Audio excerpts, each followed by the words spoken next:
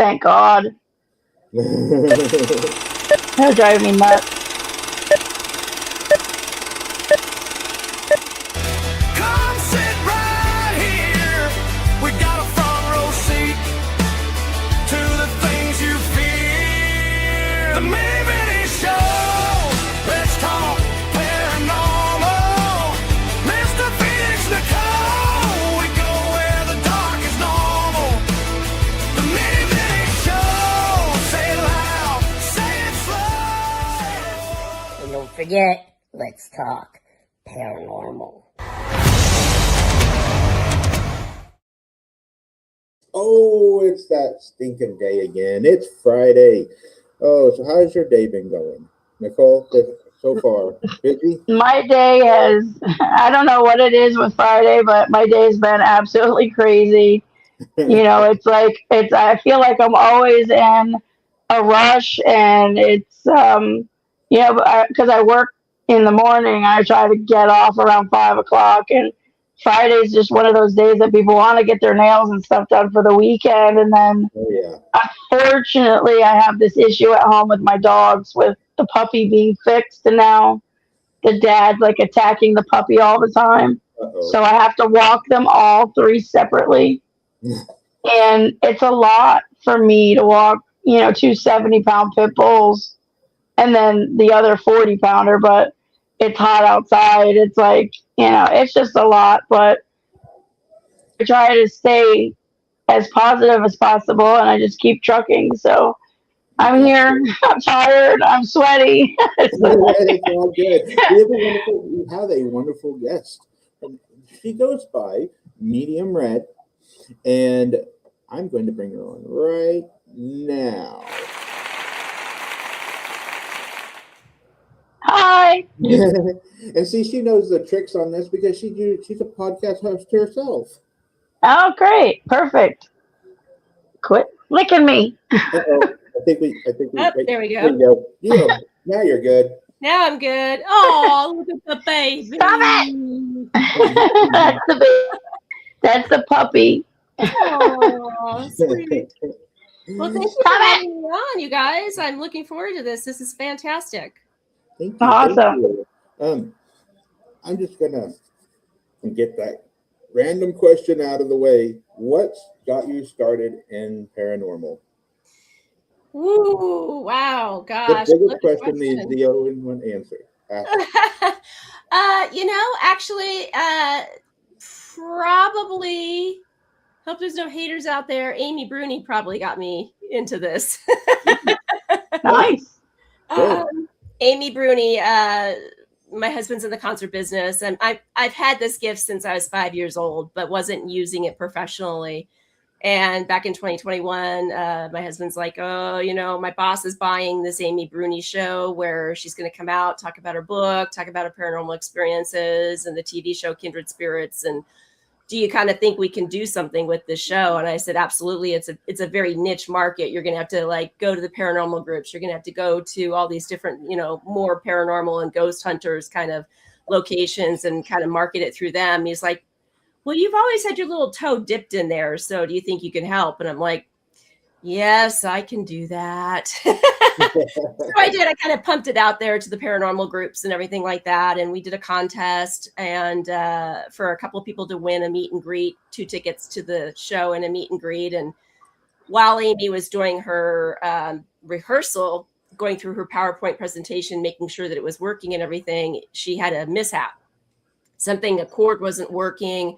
Husband had to run to the technical store to get a cord for her. In the meantime, we sat down and started talking, and she said, what's your deal? And I said, this is my deal. And she's like, why aren't you using your gift? She's like, you should go out there and just jump in and get your feet wet. And I'm like, okay.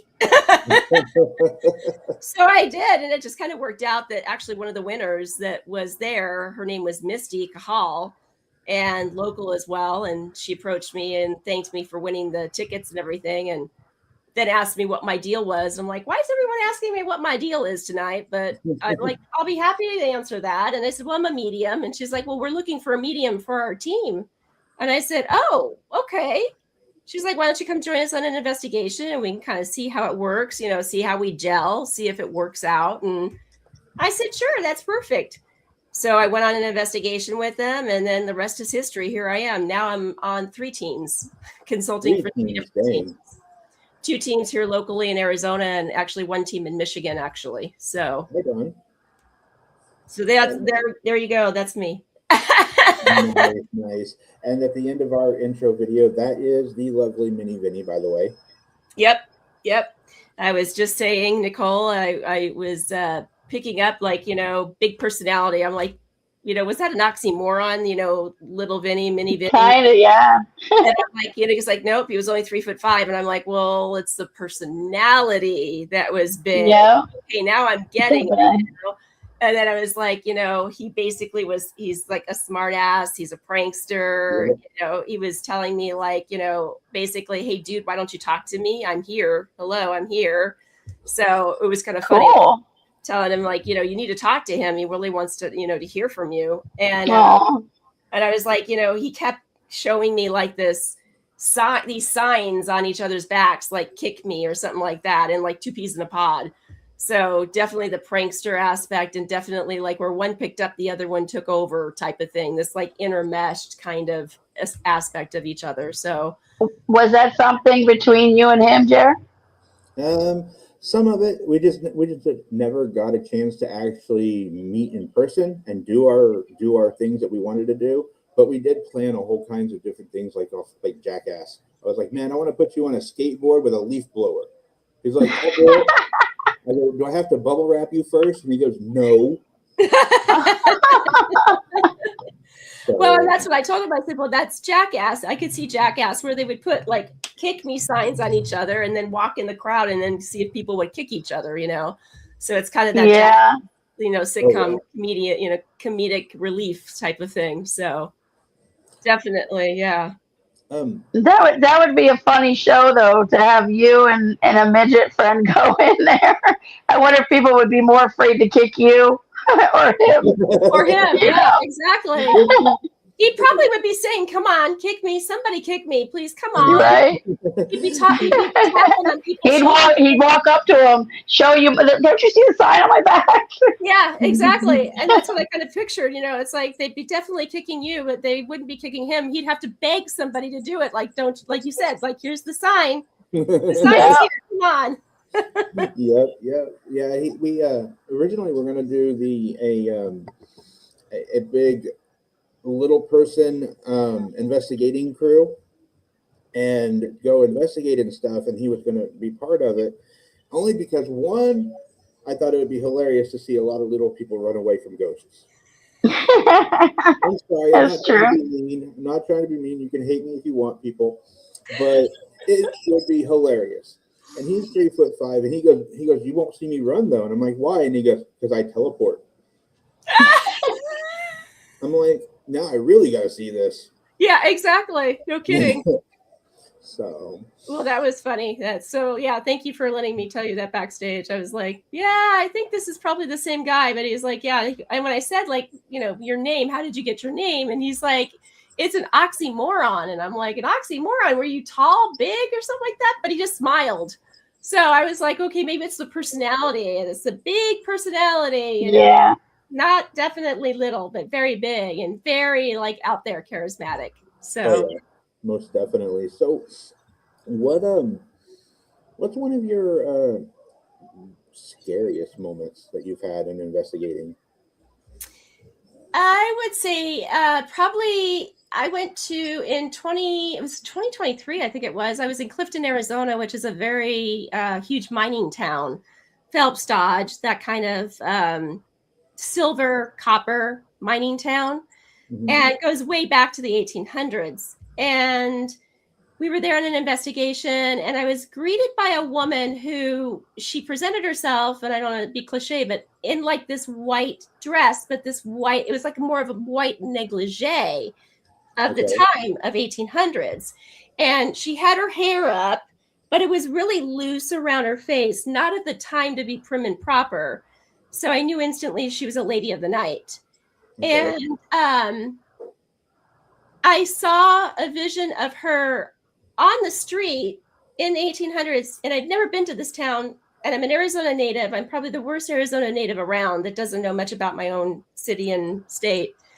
But I saw the hotel, and I saw her standing on this dirt road, which is not anymore, and she was looking east, and this hand came up around her and then slit her throat, and she crumpled to the ground and died.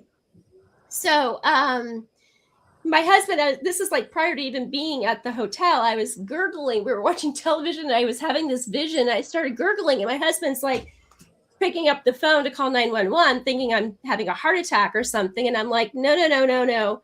And I was finally got over it. It was her letting me experience her death to a certain extent. Ooh. Like basically cutting the vocal cords, cutting the throat, gurgling within your own juices. It sounds gross, but yeah. So when I went to the hotel, be careful what you ask for as a medium, because you'll get what you wish. So I went into her room and I asked her to show me her death. Well, to her, the best way to do it was let me experience it. Yeah. So what was that like visually? Is that how you connect with them? Yep, I have all the clairs. So depending on how they want to communicate, it can be visual, it can be audible, it can be just knowing. I can feel, I can, like sometimes the stomach, I can taste, smell. So I have all the different clairs to help me and guide me with these different spirits to be able to communicate with them. So when I was in her room, I experienced it. So I went in her room, and even the general manager won't even go into that room at night. She literally will wait till the bar closes, because there's a bar that's connected to the building. Mm-hmm. She'll literally lock the bar, wait till her husband comes into the building before she can even go into that room. That's why she's so scared. But this woman relives her death over and over again every single night, because there's never been vindication for her. So I walked in the room at 11:23 p.m. and said, "Show me your death." Well, the next thing I know, I'm now sitting on the concrete floor. My knees come up to my chest, and I'm shrinking into like a fetal position. And the lead investigator goes, and I started leaning more towards like the ground. And the lead investigator said, get her out, pull her out right now. She's going to hit the concrete. So they got me out. I literally had no feeling in my hands. I had no feeling in my legs whatsoever. So they literally had to help move me into a common room where I could regroup. And they were taking pictures of me. And I know I'm very fair complected, but if you can imagine, no color whatsoever is basically what I was experiencing. There was a woman that was on our team who's a hospice nurse. And she said, I was explaining how my hands felt disconnected and tingling, and that my feet felt like they were disconnected and tingling. And she says, that's exactly what happens when someone's dying, is the body goes into protection mode and it tries to protect the core. So it will shut down all of the extremities that is not needed in order to protect the core. So your arms and your legs, all of that are going to be inoperable. It's protecting the heart and the core. So I was finally able to get outside, and actually, regroup and everything.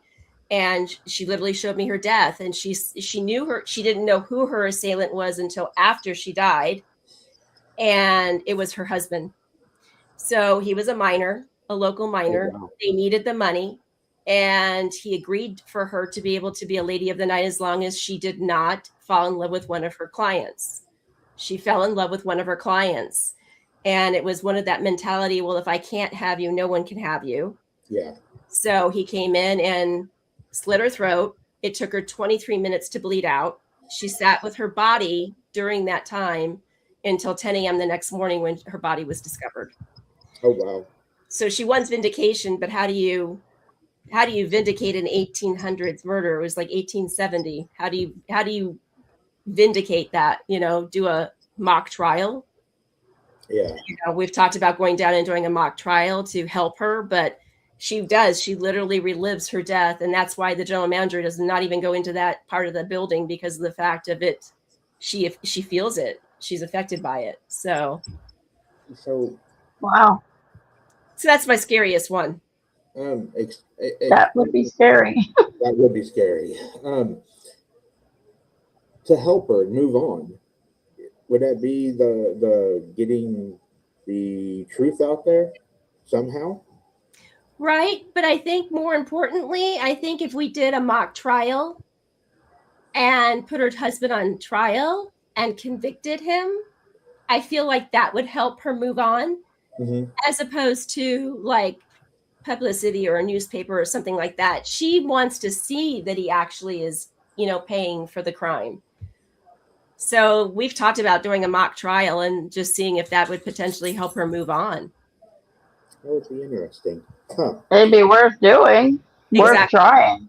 Yeah, exactly. And I'm game for it because, I mean, how would you want to continue to live that horrible night over and over again every single night, for hundreds of years? Right. But at this point, I would think her husband's passed on as well. So, like, how could you make him suffer like she did? Right, exactly. Like, how do you? And he clearly is not there at all. That I can vouch for. Otherwise, I think you take care of him. It's kind of crazy when you saying that, because you think that he would feel some sort of guilt for doing that. Right. And not move on because of it, but obviously he's totally okay with it. Right. Yeah, I'm amazed. I mean, it's a choice. It's a choice that she's made, that she wants to do this, and yeah, because I've talked to her and she's like, "I'm not moving until vindication." That's the only thing she keeps saying, and she'll repeat. Wow. Maybe somebody can explain to her that you're basically making yourself stuck here. She knows, but it's there's times, it's like us being stubborn in the real world, sometimes we put our feet in and we want what we want when we want it, type of thing, and in this case she wants what she wants and wants it now, so yeah, unfortunately get that now. Right, exactly, because he got off. I mean, they literally, because women were disposable, True. they totally looked the other way. They totally looked the other way for her and didn't, even give her a funeral. I don't even think she had like a funeral per se or a celebration of life or anything like that. I think it was basically take the body and bury it type of thing. Probably after being lady of the night, they really definitely didn't really give a damn. Right. Exactly. That's sad. Jeez. Yeah, it's terrible. It's terrible. Why do we always see, like, with mediums and stuff? I haven't seen anything because I haven't had a chance to experience this yet, get through all of this. But why is it that it's always the 1800s and etc. that's been seen? I mean, can you visualize, or do you see a 90s kid with like cargo pants on? Well, I've actually picked up on a 1972 case and what do I want to call it? An uninvestigated building in Tombstone. And I went in and talk about a dichotomy of what you get. I got 1800s because obviously this building was the first tent saloon. So I got the cliche shootout. But then I also flash forward and I had a woman who is from the 1930s. Okay. And I also got a 1972. And his death was innocuous. It was essentially a heart attack. But he was still there because he didn't realize that he had died. It hit him so quickly that he didn't realize it. And so I was able to go in. And once we talked to him and told him, about it and, gently, because obviously, it's like we're still dealing with people. We have to be respectful of them. Correct. He went to the light. He left. So, and I've had a gentleman, I've had children. I shouldn't say children. He was 19. I've had somebody from 2021 who committed suicide, and he wanted me to talk to his parents, and so it's I guess because certain cities are so rooted in history that's where most people go towards. But in reality, if you're a medium, you should be able to go the whole gamut of every year. Right. It shouldn't just be one period of time that you're just focusing on, unless that's your niche market and that's what you want to do. But, I talk to everybody and anyone. It doesn't matter if it was 1800s or if it was 2026, Okay. Right on. You got a question, Nicole? You're welcome. So when, do you run into spirits everywhere that you go, or are there places that you generally don't run into any? Everywhere. That's why I have to keep boundaries up, because otherwise I'm being tapped on the shoulder. And I'm not Teresa Caputo. I'm not going to walk up to you in the grocery store and go, your grandmother says that you need to call her. Yeah, it's you basically have to create boundaries. I mean, hospitals I hate. I really hate going to hospitals. Ever since a little girl, I hated going to hospitals because of all the people. I used to tell my mother, like, I don't want to go to the hospital to visit so-and-so. Why not? That's your aunt or that's your godmother. And I'm like, because there's too many people. And she's like, what do you mean there's too many people? And I'm like, there's too many people. Too many spirits. Did your mother have a gift as well? Is it something that was passed down? My grandmother, I feel like on my dad's side did, because my first cognizant knowing was I used to play with my grandfather when I was 5 years old. And my mom was very Catholic. I was raised a Catholic, and this was considered to be demonic, So I mean, one day she walked in and I was having a tea party, and it's a square table, and there's a bear, there's me, an empty seat, and a Barbie doll, and I'm serving up tea and I'm talking to my grandfather. So she came in and she's like, who are you talking to? And I'm like, and our name for my grandfather was Pap Pap. I'm like, Pap Pap. And she's like, no, you're not. Pap Pap's dead. He died when you were 9 months old. You don't even know him. I'm like, I know, but he's right here. And she's like, oh, no. You shut that down. That's demonic. You do not do that. That is not of this religion. When you die, you go to heaven. There's nothing else, And I was really upset about it. I actually cried. And, my grandfather told me, he goes, I'm not leaving you, so don't worry. He's like, I'm still around. And he said, he goes, the next time that you have somebody, or your mom comes in and talks to you and about who you're talking to, you just tell her that it's an imaginary friend and make up a word, make up a name. And I'm like, in my little pea brain, I'm like, that's lying though, and I'm being taught to be truthful. So next time it happened, I literally did. She walked in and she's like, who are you talking to? And I'm like, Hockey, my imaginary friend.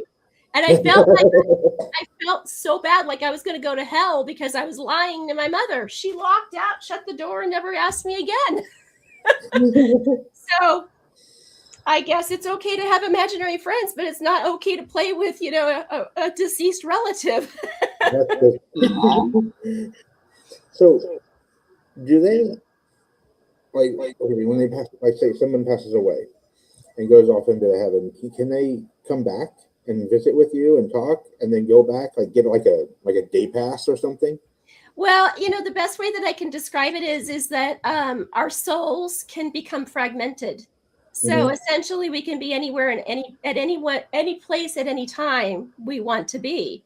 So say, for instance, I pass on and I want to go back to Ireland, okay, I'm going to be in Ireland, but maybe I might want to still see my husband who's here in Scottsdale. You can still do that. It's like you can be at all places at once. It's amazing. Wow. So yeah, you can. And there are earthbound spirits, but there are spirits that do go to another place and are able to travel and able to come back and see you and check in on you. And then, go to Paris to see the Eiffel Tower type of thing. So yeah, you definitely can. Just imagine that. That's crazy. You're talking with a friend that's already passed away, and you both have passed away, and be like, where are you going today? Oh, I'm going to go to such and such, and this concert here is playing. And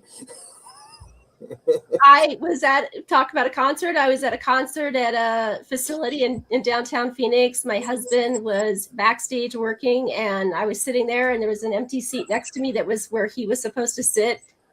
There's this 20-year-old kid sitting next to me in spirit form. He's like, hey. And I'm like, hey. And he's like, you enjoying this band? I'm like, I am. He's like, he was on a motorcycle accident, died on a street very close to the venue, and said, I come here often just to check out the music. There you go.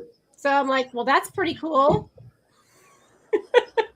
So as people see me going and moving my lips a little bit, you know, just talking to a dead person. Don't worry, it's okay. I'm not crazy. Honest to God, I'm not crazy. I do this every day that ends in Y. Yeah, exactly. So do you have a way of shutting them down? Because I mean, it's got to be annoying a little bit. Like I'm trying to sleep, or man, I'm on a date with my husband. Back off. Yeah. Yes, you can't shut it off, but you can create boundaries. So I never am rude to them, but you know, like bedtime is bedtime, and no, you're not allowed to bother me when I'm sleeping. You know, if you need to talk when I get up in the morning, I will dedicate time to you. I've had that on dates too. Like, you know, I'm really sorry, this is not a good time. You know, can we discuss this as at another date? I never disregard them or just toss them aside.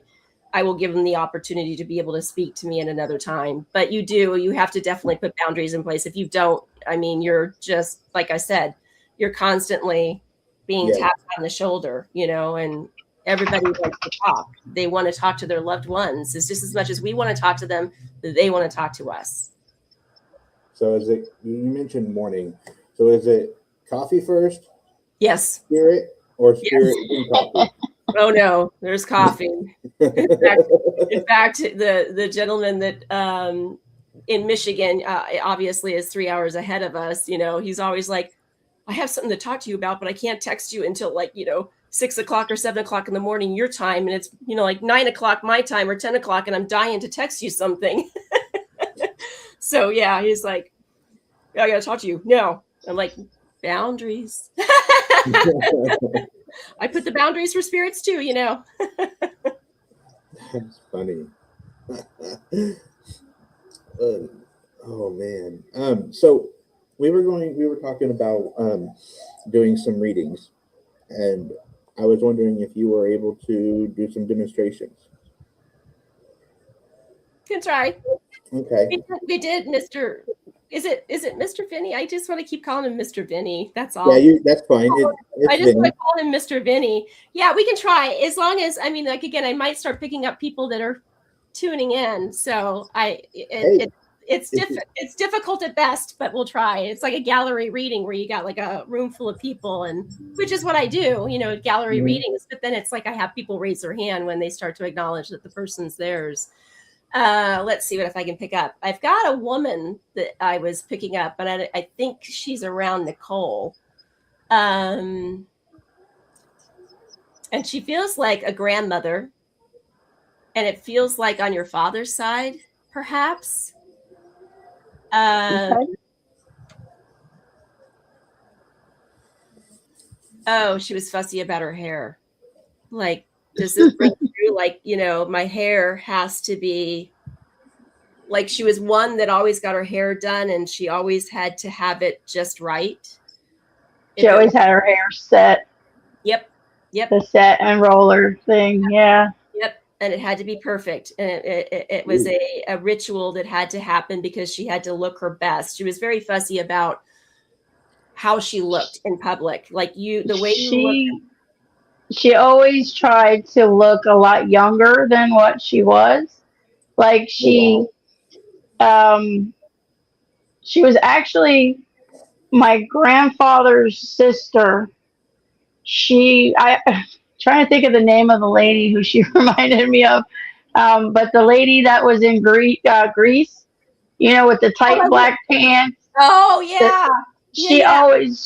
She always had her makeup perfect, and she always looked like she was going out in style, and she was like that was really important to her, because the way she presented to people, she wanted people to think that she was well put together. Always, yeah. Even until late in life, always, yeah. And and even towards the end, she was fussy about, like, you know, I want my hair still to look a certain way, even though I'm not well. I want my hair. It was all about the hair. It's really wild. She just talks about the hair, but because she had her own hair, so it was like, you know, even when you're in a home, you know, like a old people home or whatever, I'll just make sure that you don't let me go without lipstick, and make sure that my hair is done. Like don't, like you're not gonna let me die looking like an old lady. Right, She was exactly. she was very funny like that. Well, and she was very opinionated and she was very blunt but then she knew how to smile afterwards so that you would kind of go, was that a You are compliment? you did not like a um Compliment. backhanded like put down. You know what I mean? Like like when somebody says to you like, what do they say? Back at you or something Bless like that. your soul or something like Yeah, that. Like yeah. that kind of thing. You're not sure if it's like if she means like kind of like f you or she means like really like yeah, God bless you. Right. Well, and that's why people would go, like, was that Yeah, a she I don't know how to take that actually. I'm not really sure okay. And poker most people, face. yeah. Yeah. So Yeah, she was a spitfire, pretty damn funny, I'll tell you that. But yeah, she's she like, actually is the reason why my mother went into being a hairdresser. oh, how funny. I love it. That is Yeah, awesome. Well, you gotta look good. You gotta look heck good. yeah. So she's saying, are you going through something right now where you need to have like support? Not let me peel the onion back. As I was telling Mr. Phoenix that, basically in a nutshell, I get visualizations and audible, but in this case, she's showing me like a visualization. So I have to peel that onion back to get more in depth to it. But are you going through something where you feel like you need support from family and friends? And if that's the case, you need to ask. Don't take the high road and not ask because you feel like you're a burden or you feel like you're complaining about something. I have a lot of things going on, personally, business wise, and in my daily household life right now. And I feel like for help all the time. It's just that I'm not getting the kind of help that I need to resolve the situations. You're not And the being people, not being direct enough okay, is what she's saying. She's saying those people should help you and will help you, but you need to, I guess that's her point, is saying, be like me, be blunt, be direct, and people will step up to the plate to help you. See, we offered to help okay. you, and you haven't asked yet. Yeah, but getting, it's still like a 30-40 minute ride for you guys to get out here. And what I need your help with comes with tools, and it's a lot of time and stuff like that. So it's like, I feel bad asking for that kind of stuff. And that's But, what she just said. Stop. She wants you to stop that. Don't do that. You're not a burden. People love you and want to help you. So you need to ask. Don't be proud. Don't take the high road. Ask for the help. And you will I receive. got you. So that's basically what she's trying to say. That's why she's around you. And she's been, in actuality, I mean, you're a paranormal investigator as well. Do you notice things happening in your house that you're like, kind of like maybe the dog did it, or maybe the kid did it, or no, because she's right now I haven't been tuning into much unless I'm actually out on an investigation, because like I said, like unfortunately but fortunately, I have 3 pit bulls and I had my one dog fixed, and now the dad, who is also almost 70 pounds, the 2 males are fighting all the time. So it's level. very hard to control them. But then I'm trying to give each and every one of them their own time with me so they don't get jealous. And that's like even more time. And then I run my own business at the same time. And then I'm also taking care of my mother, who's in the beginning stages of dementia. And I have my house to take care of and, pay all the taxes and get all the, just stuff that needs to be done in the yard and the trees and all that kind of stuff, the solar, everything done. I'm trying to do all of that. So I'm not really paying attention to that part of my life unless I remove myself from my life Right. and go to like an investigation or a convention or something like that. Well, she's been trying to get your attention, like the, call. We've been trying to get you about your car insurance. She's been trying to get your attention. So yeah, I'm definitely gonna hang up on that call. No car insurance for me. But yeah, she's been trying to get your attention because she wants you to stop being so I don't want to be a burden. I don't want to be out of your way and stuff like that. She's like, just ask. Be blunt and direct and say, I need help. Because that's the only way you're going to be able to get through what you're going through is by having somebody help you and multiple people help you. So I would definitively say, Mr. Phoenix says, I'm 30 minutes away. I can help. Take him up on his offer. It's definitely going to take a tribe to get me through what's going on right now. Yeah. And you know what? You have a tribe. In relationship wise to you, I do the same damn thing. I'll tell you that in a heartbeat. I should hear my own words coming out of my mouth, or your grandmother's words, I should say, coming out of my own mouth, because I do the same thing. I'm up here and I feel like I should not bother anybody, and I don't want to be in a position as somebody. I don't want to be a burden.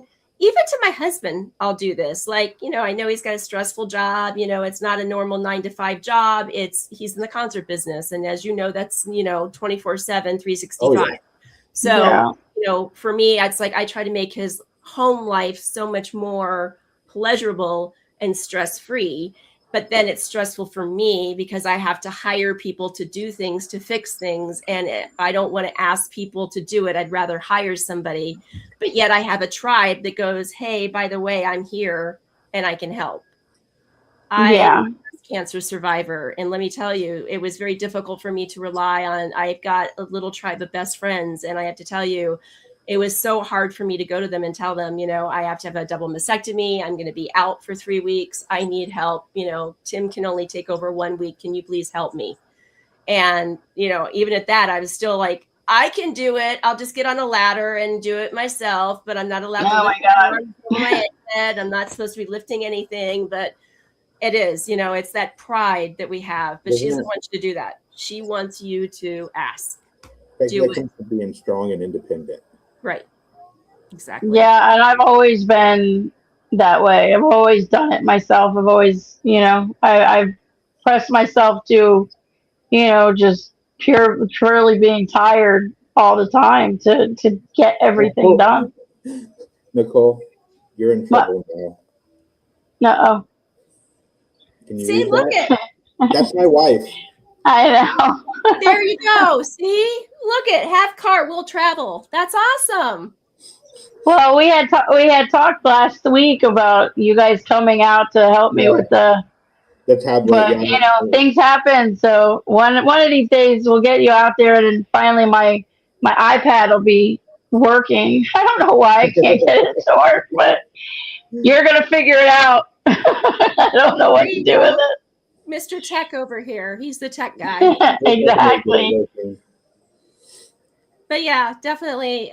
We have tribes for a reason, and you're always showing up for everybody else. So let them show up for you. And you know what? If they don't, and you ask them, believe me, and through the breast cancer, I figured out who truly was a friend and who truly wasn't a friend. And it's an eye opener. And then you realize, you know what? Why am I going over and above the Call of Duty for these people that won't go over above the Call of Duty for me? Sorry. Yeah, I've cut a lot of those people out that I don't even bother really talking to anymore, right. because of that. But Jeremy and his wife, they've always come through for me, and it's always a pleasure having them around. So it's definitely going to happen. It's just when we can all connect and make the right time. Exactly. Your grandmother's sitting there going, "That's awesome." Well, thank you for letting me do that reading for you. No, thank you. I've been wanting to get a reading from somebody recently. I haven't, and that's been another thing that hasn't really been, hasn't been that high on the priority list. But it's been fun, cool to actually get one done. Is actually really neat. Yeah, it's I had a friend recently pass last year in July of stage 4 cancer. We both were actually diagnosed at the same time within a week of each other. And unfortunately, his was terminal and mine was very easily solvable. And you always have that like little bit of survivor's guilt to it. But he had a daughter, and I remember sitting down having a conversation with him, and him telling me, I've made my peace with God. And he really didn't believe in God up to that point, but it's amazing what medical diagnosis, what you suddenly start questioning mortality when things like that happen. And he said to me, he goes, I've made my peace with God. I hope that God will forgive me for everything that I've done, and that I hope I can get to heaven, that he won't, dismiss me. But more importantly, he's like, how's this mediumship thing work?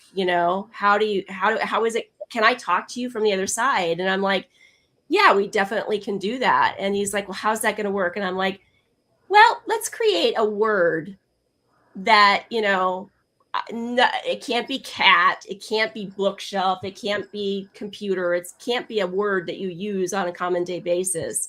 Right. And he goes, okay, I'll think of a good word, and he came back to me and he's like, haberdashery. And I'm like, you know what? That's a great word. No one's ever going to say that to me. I'm never going to concoct that word in my mind and go, is that Dana? And literally the day he died, I mean, his daughter called me, and he also wanted me to help, kind of guide his daughter and help her and, just inspire her to be the best that she can in her life, because she was only 18 years old, and here she is losing her dad, And so literally driving down the road, going to a client's house, and all of a sudden at 8:38, I hear haberdashery, and I'm like, no way, I am making this up in my head. I can't believe it. The phone rings. His daughter calls and says, Dad just died. He literally just died a minute ago. I'm just calling you instantly. Oh. And since then, we've been in communication the whole entire time, talking to That's so cool, though. He was able to get through to you that quickly? Yep. It was wild. Very, very wild. Because usually I always tell people, like, the first 48 hours of death, don't expect a communication level, because, for lack of anything else, I kind of call it orientation. They got to go through orientation. Makes sense. And so at like 48, you definitely would see them in your dreams, or you might see like something that's related to them that popped through, or a song popped through, or something like that, kind of to let you know that they're okay. Oftentimes people will get dreams, about their loved one, standing there, and you're confused as to, knowing that they're dead, but they're standing in front of you in this dream, and you're, they're saying, I'm okay, things like that. So that usually happens within like the first 48 hours. And then from there on out, it's just communication time, like you talking to Vinny. Yeah. Hey, dude, I'm here. Yeah. And I think he wants me to just walk around and start talking to him and make people think I'm weird. Yeah, absolutely. And you could put a sign on your back that says, hey, I'm just talking to a dead person. And I bet you would laugh his butt off at that. Small letters, put kick me, and see if they even see that. Yeah, and then put kick me in small letters. So how does your husband take it? Oh, that's even funnier story. Get the popcorn for that one. I was married before and divorced. I think my ex-husband kind of knew that I was different, but I never really told him anything. My present day husband didn't know anything. I never brought it up to him. Okay. So flash backwards, I should say, to his mom had a stroke, and wasn't doing very well. And she came to me and told me, don't let Tim get on this plane tomorrow, because he had got the call, like, you probably should make a visit back to North Dakota to see mom, because mom's not doing well. We just don't know what the time frame is and when she's going to pass. So Tim booked a flight immediately to get back to North Dakota. And being in the concert business, of course, he pushed everything to the last minute. He's sitting there packing profusely and trying to get, quickly out the door to meet his flight. And I'd never told him I had this gift. And then I walk up to him and say, you're not going to make the flight. You're not going to make it. And I'm like trying to figure out I'm trying to get words to work and how to say this to him. And he's like, I'm going to make it. I'm going to make it. And I'm like, you're not going to make it. So, call your sisters. I'm like, throw the sisters under the bus. Maybe they can answer the question. Because she told me she had 30 minutes to live. And so I'm trying to get him to understand, like, you're going to get on the plane. Your mom's going to die. You're going to kick yourself in the butt. No pun intended. but you're going to be mad at yourself for not being able to say goodbye to your mom. So please just pick up the phone and call your mom, or call your sisters. So right within the minute I was getting ready to say that, the phone rang and it was a sister. And she says, Mom has 30 minutes to live. You hear we're calling everybody and we're putting the phone up to her ear so that she can hear your voice and you can say your I love yous and everything like that. Oh, wow. So he got to say goodbye, got to say I love you, and hung up the phone. And then all of a sudden it's like, we need to talk. And I'm like, did you see those Dolphins on Sunday? They played really well, And I told him, I said, well, I kind of have a gift that, I really haven't used per se, but I do use it, kind of. And he's like, yeah, this is weird. We got to talk about that. So then once, Amy Bruni came to town and did all that, obviously I joined a team and, he was like very skeptical at first, and still very skeptical of me. He's just a very black and white man. He's a bean counter. He's an accountant for a living. That's what he does. So he's very, it's either black or white. There's no gray in between. So I start doing investigations and I start talking to people like I just did with Nicole and do a reading on them and talk to them about something. And he's like, how'd you do that? yeah, exactly. He's like, how did you do that? And I'm like, I don't know. It just happened. I see people and talk to them. I see dead people. Exactly. I was getting ready to say that. I was like, that's a perfect line right there. Just quote that. I see dead people. And it's funny because I have gifts of my own that I'm not completely honed in on. But even like they have like this place over here called the Hanging Tree, and it's literally within walking distance from my house. And my friend and he's been helping me walk my dogs with me. So we've been going by there and I started explaining to him about the tree. And then he had his phone out. I'm like, take a picture of me, take a picture of me, take a picture. He's like, right now, take a picture. And he took a bunch of pictures of the tree and me.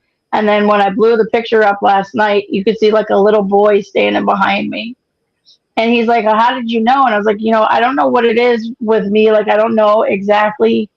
Intuition. I don't talk. I can't talk to them or anything, but I could feel like this, almost like this very slight change of electricity in the air. Yep. And it's almost like a cold little electricity that I felt, and I could feel what side of me he was on. And like, I actually, when I got home, I was looking through the pictures and I blew up the picture and I circled the little kid in red. And I was like, do you see the kid? And he's like, oh my God, like freaking out. But well, I mean, I don't know why there's a kid there, but right. He's by the hanging tree. Wow. So, I mean, that was again from like the 1800s here in Newport Richey. Right. Maybe he always played on it or something. And that it's true. Yeah. I have no idea why he was there, but you could see his legs and you could see the blades of grass going through his legs. And it's just like, I don't know. I just know he's there. Like, I wish I wish I had a little more, I don't know, a little more of a way of talking to them or whatever, but that's not what I have. Well, you can. That's it. So that is it's Claire knowing. That's basically in a nutshell. And that's like, you just know something. You don't know why you know it, but you just know it. Exactly. I don't know why I know it. You may not hear it, but even knowing it, talk. And then see if something comes back and talks to you. You might be surprised. Yeah, I mean, I did actually do like a small like EVP session over there. And I was like, is anybody here? Anybody want to talk to us? And then I got, and literally within like 3 seconds of starting my EVP, it just says like, hey. So like something was there answering us or answering me. But like I said, and then I got it in the picture too. So like, to me, that was just more evidence that, yes, it was there. It wasn't just something like, in my head. Right. Exactly. You're not crazy. You just know. No, I'm not crazy. See? In your words, exactly, how would, like Nicole was talking about, learning and and understanding, let's she's got these abilities and stuff, and new people that have abilities, how would they be able to zone in and kind of help? Interestingly enough, I am looking into creating some classes that I'm going to start doing for people, so that for novices, so that they can kind of start trusting themselves and trying to teach them how to do that. But in the meantime, I would suggest trying to find, a medium that's local to where you are. For instance, where you're living, Nicole, maybe a metaphysical shop. A lot of mediums will go there to do readings or tarot card readings and things like that. You may find a medium that would be interested in teaching you and having you open up a little bit more. I mean, that's essentially what I did in a sense with a local person here that I knew and loved dearly, Susan Grayson. And I went to her classes because I thought, well, if I'm really going to do this, I really want to know if I have the gift. I'm older now, and what I used to do and what I'm going to do now, are they in sync with one another? And so taking the classes just reaffirmed and validated that, yes, I do have the gift and I can do this, And then I'm a student constantly. As I go through life, I like to say that the more I learn, the more I know I don't know enough about anything. So I've enrolled in Cindy Kaye's classes, Patty Negri's class. So I'm now Cindy Kaye's class. I'm up to like a level 6 class with hers. She kicks my butt. And I mean, it's wonderful. And she's from Dead Files, from Holzer Files, and now on Paranormal Mysteries on Beacon TV. Wonderful lady. Enroll in maybe a level 1 class with her. She is a great teacher, a wonderful woman and a great teacher. I love her dearly. But she breaks it down for you, makes it, easy, like how do you eat an elephant one bite at a time? You have to just do little bits and pieces at a time to kind of understand and learn. Now, was she the woman that did, like, on the Dead Files, was she the woman that did, like, the writing? Automatic writing, exactly. Yeah, that's I'm sorry. That's what I did when Mr. Phoenix was asking me a little bit about one of the gentlemen's, I'm going to call him Mr. Vinny. Yep. Yeah. We were talking about that. I started doing a little automatic writing, like close to 10 minutes prior to coming on to your show. So yeah, she does automatic writing. She does spirit art too. She'll do encaustic art with waxes or markers, things like that. And it's fascinating what she comes up with on that, and then tells you who she's tapped into, whether it's your grandmother or whether it's Vinny in this case, and gives you a description of it. But very, very talented woman, And I was told at one time that, like, I don't know, by somebody that reads auras and stuff and did aura pictures or whatever, that I have a yellow aura. So it's like a flashing light to them or something. Like it's a lighthouse. I actually get auras too, and I don't pick up on the yellow. I pick up on magenta, which is more of a I've heard that before too. Yeah, it's crazy. And that's what mediums typically have. And mediums are any range of purple, depending on your level of communication. So, okay. I find you're like the beautiful color magenta. So you Awesome. That's my favorite color, by the way. It's pretty cool. And you know what? Most of the time, your aura matches the color that's your favorite color. Really? I've never heard that before. That's awesome. Like my brother gravitates to orange, and he's an orange aura. I'm like, well, no, duh. That's why you want orange walls in your house, because you have an orange aura. That makes you feel comfortable. That's very bright. Wow.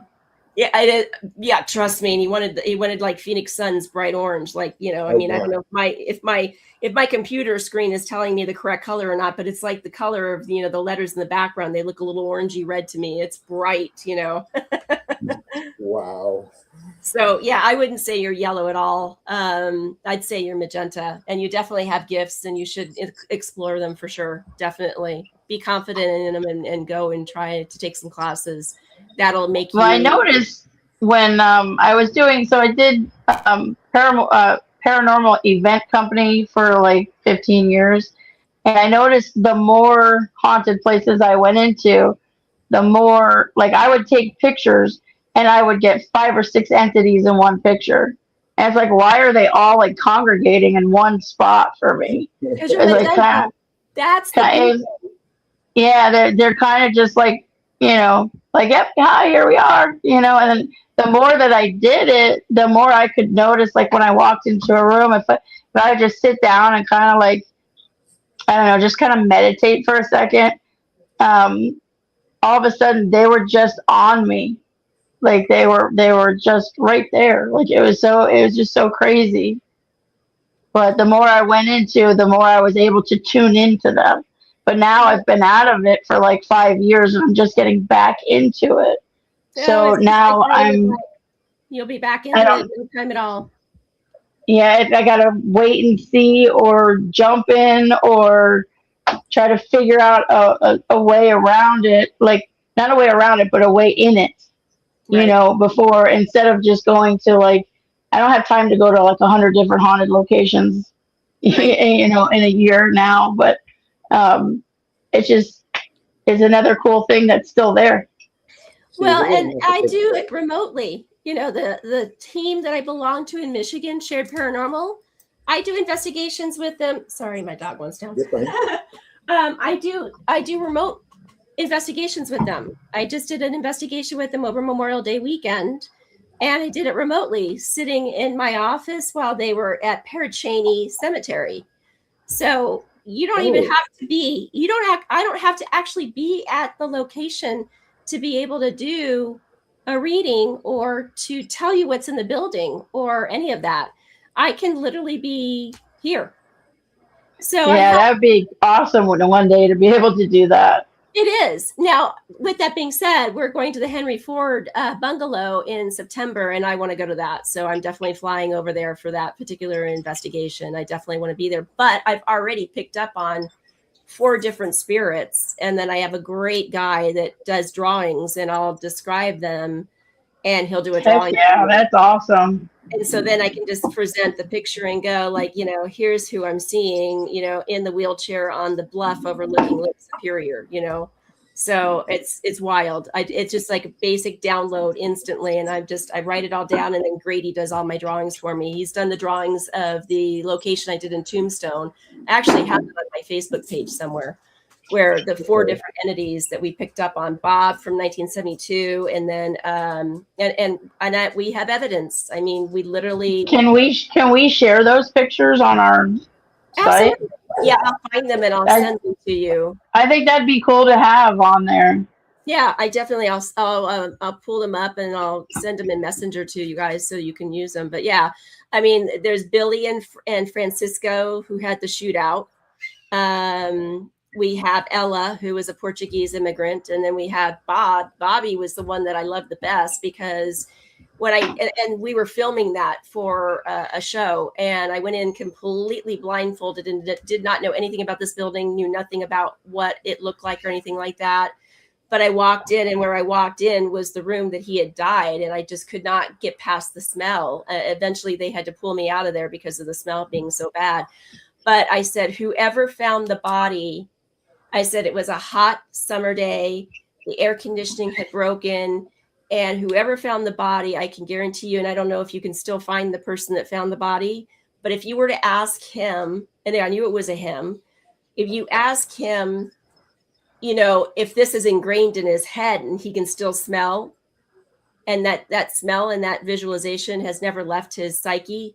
And when I got out, when they took me out of the building and everything, and then validated everything that I came up with, the current mayor of Tombstone was a young sheriff or a deputy at the time. And he was the one that found the body. And they had just interviewed him 24 hours prior to me walking in the building. And he said, I'll never forget that sight, and I will never forget that smell. Ooh. And that was Bobby. And he goes, oh yeah. He goes, and when they went back to him and asked, what was the gentleman's name? Because I got Bobby, that he was called Bobby. It was Robert. Robert, yeah.